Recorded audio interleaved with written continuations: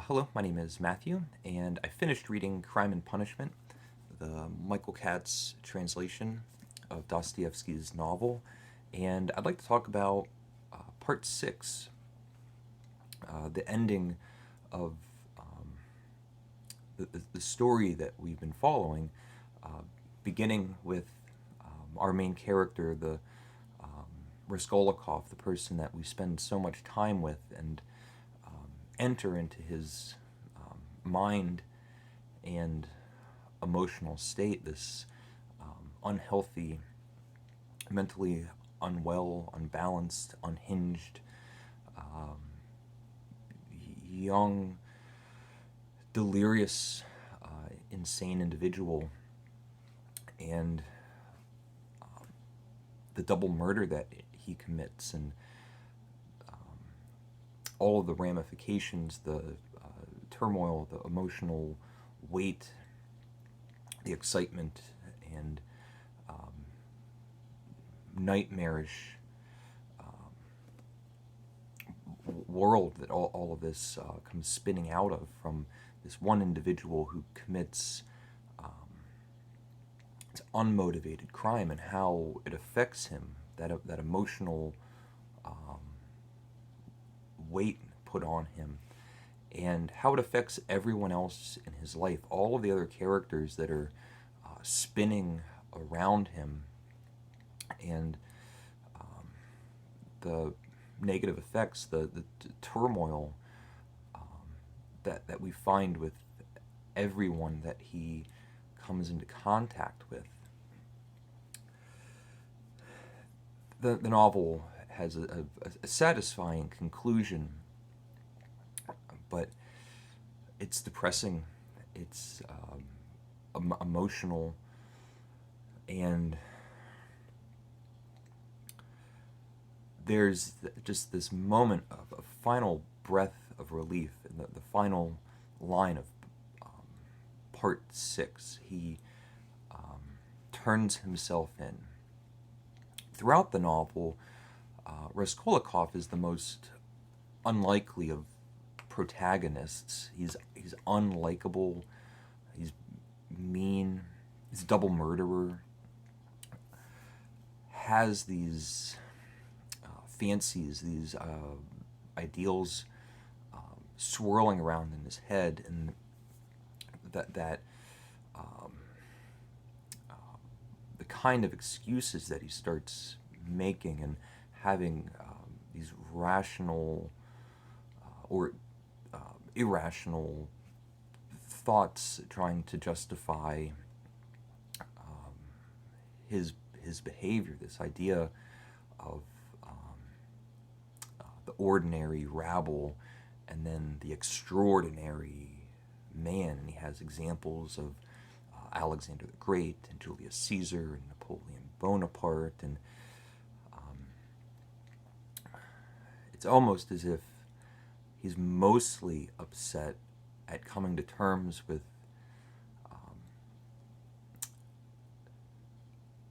maybe he's not as extraordinary as he would like to think. Part six begins with this Porphyry enters again, and something I've read this novel maybe 10 years ago. It's been a long time since I've read it, and I love Crime and Punishment. And picking it up again and realizing my idea of the novel, after all this time, I think about the axe murder, spending time with Raskolnikov, and these great interrogation scenes, these conversations between Raskolnikov and Porphyry. um, Felt as if it was the whole rest of the novel, and of course that's not true. I was surprised on this reading, this past few weeks, how how little Porphyry is present in the novel. He has three main cameos in the second half of the book. these three scenes, and they are scene stealers. When Porphyry enters the page, it's just some of the best that the novel has to offer. And at this point in the book, we've had someone else confess to the murder. And Raskolnikov is dumbfounded by this. He knows who committed the murder. He has different guests come in and out of his apartment, but finally, Porphyry comes in and wants to talk to him. Raskolnikov's upset that he's there. He's angry and bitter, doesn't want him there, and Porphyry just says, well, I just wanted to talk to you because I want you to know that I'm not a monster. I wasn't doing all of this just to be vindictive or evil. And he has this long monologue, this lecture that he's giving Raskolnikov, and Raskolnikov is hesitant and on the edge of his seat and listening to every word that he's saying. And it sounds as if Porphyry is offering not just an olive branch, but a farewell. Just we've been playing our roles. I've been doing my job. There's nothing personal, no ill will. I just wanted to let you know that I'm not a monster. And at the very end of this incredibly tense conversation, I can't remember exactly, but Porphyry says something quite strange, turning the pages that we had been reading completely upside down. And Raskolnikov says, well, what do you mean by that? And Porphyry says, well, you're the murderer. Everything's fallen into place. And Raskolnikov is still not ready to admit to the world or admit to himself, certainly not to Porphyry, that he's the murderer. And Raskolnikov is beside himself and says, well, if that's what you believe, how come you're not following the normal steps? How come I haven't been arrested? And Porphyry really is this psychological and philosophical demon inhabiting the darkest parts of Raskolnikov's mind. He's just penetrated into the most hidden parts of his soul. Just says, well, you will turn yourself in. It's going to be the most advantageous thing for you to do. And gives him an ultimatum. You have 2 days. Turn yourself in, or you will be arrested. Those are your alternatives. Later on, we have another character. His name is Skurgalov. I'll say Skurgalov. He was the rebuked suitor of Raskolnikov's sister. We had the suitor that she was going to marry, and then this other Skurgalov, who had mysterious motives, or his presence was mysterious. He was living in these quarters next to Sonia, and found out through listening through the paper walls. He hears Raskolnikov confess to Sonia, and Sonia's reaction, of course, forgiveness, and Sonia's reaction is that you need to turn yourself in. You need to get this out of you. You cannot live with this. All of this is going through Raskolnikov's mind. He's left his family, he's left his friends, um, his family, that his mother is beside herself. The body count in this novel is tremendously high. We have the double murder to begin with. We have the man that was trampled by the horses. His wife, the dead man's wife, goes into her own delirious fit of rage that ends in death. We have Raskolnikov's, I can't remember if the mother dies, but a lot of people die, including Skurgalov when he finally shoots himself in the head. We have almost this parallel crime or attempt of a crime that Skurgalov perpetrates with Raskolnikov's sister, bringing her into the room where he would listen, and just this horrific sight of an empty room and a single chair. He holds her there. She pulls out a gun, shoots at him. She escapes, and this long scene with Skurgalov, who has talked to Raskolnikov and just said, I know. And it's just another direction of pressure and guilt put on Raskolnikov.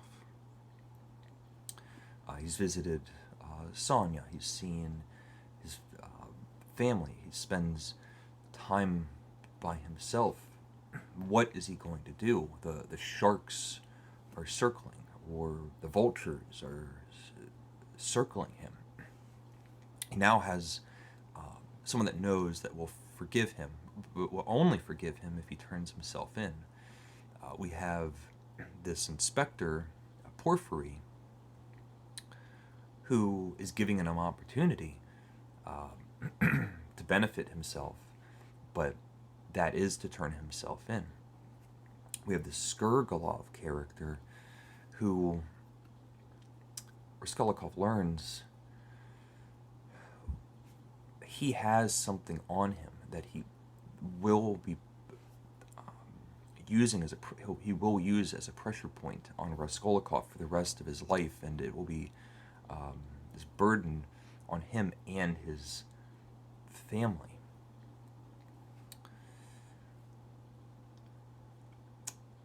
And we have this ending scene. Raskolnikov goes out into the public square. There's drunkenness and revelry, crowds of people. We get that example of the public at large, the rabble around Raskolnikov. Sonya is already following him. He's bowing down, just this incredibly low point. People are laughing at him, throwing insults, and he sees that there is someone by his side. And he goes maybe to turn himself in. It seems like it's on his mind. It seems like he's made his decision. And I can't remember the character's name, but he runs into the older police inspector, I believe, that we met earlier in the novel. And Raskolnikov learns that Skurgalov shot himself in the head. This was news to him. And he's back being put into this moral dilemma. The Skurgalov character was really the only one that, from Raskolnikov's mind, had something on him and someone that he could not trust. He could trust Sonya, he believed. He didn't believe she would turn himself in. He didn't believe there was any real evidence. Otherwise, Porfiry would have had to have followed correct police procedures. Um, if there was blood stains all over Raskolnikov, or if they found evidence, bloody rags, or some sort of identifiable um, way of directly connecting him to the murder. And so there's a moment where Raskolnikov is thinking, maybe not. It's at the point of death, suicidal thoughts. And he goes back in and he confesses, I committed the murder. And that's the end of the novel.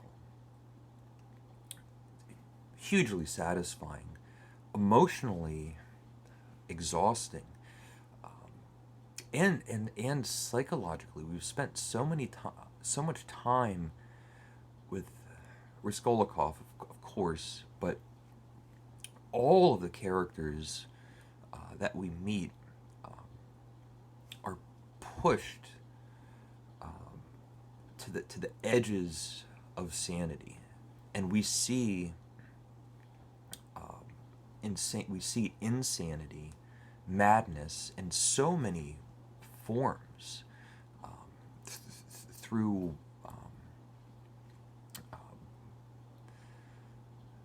being mentally unbalanced, and being undernourished, drunkenness, delirium, grief. All of these different characters just showing them just the most extreme versions of horribly painful emotions.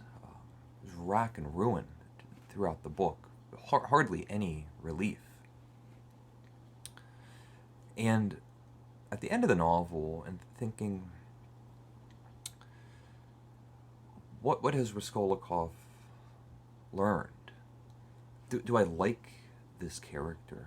Has he grown? Is he different at the end as he was at the beginning? Or is he different at the end as he was directly after the murder? There's been so much death directly from Raskolnikov, and also indirectly. The man that was trampled by the horses,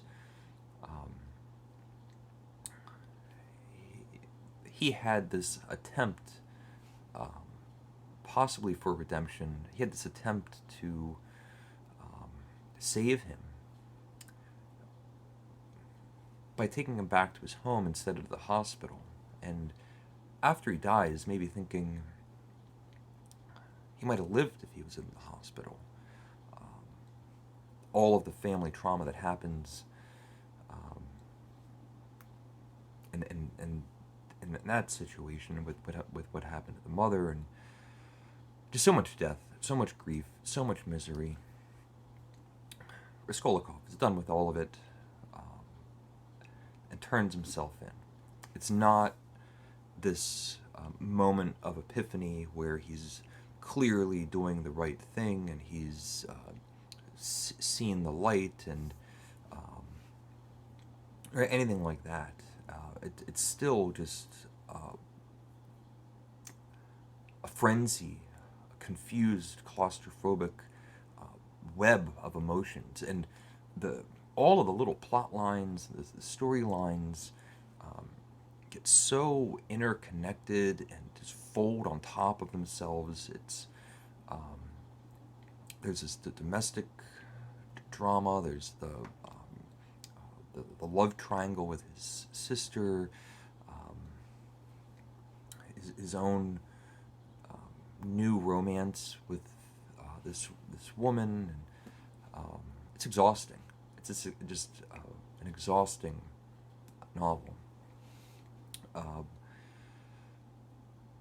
and brilliant, and just so incredible. So that's the end of part 6. The end of just this direct storyline that we've been following the whole time. I'll make a video talking about the epilogue as well, sort of a wrap up and um, what happened to these characters. If you've been following along, if you've been following along with videos, thank you. If you've been reading along, of course, I hope it was as much fun for you as it was for me. If you've already read the book, uh, please let me know what you think. So, thank you for watching. Please leave a comment if you would like, and take care.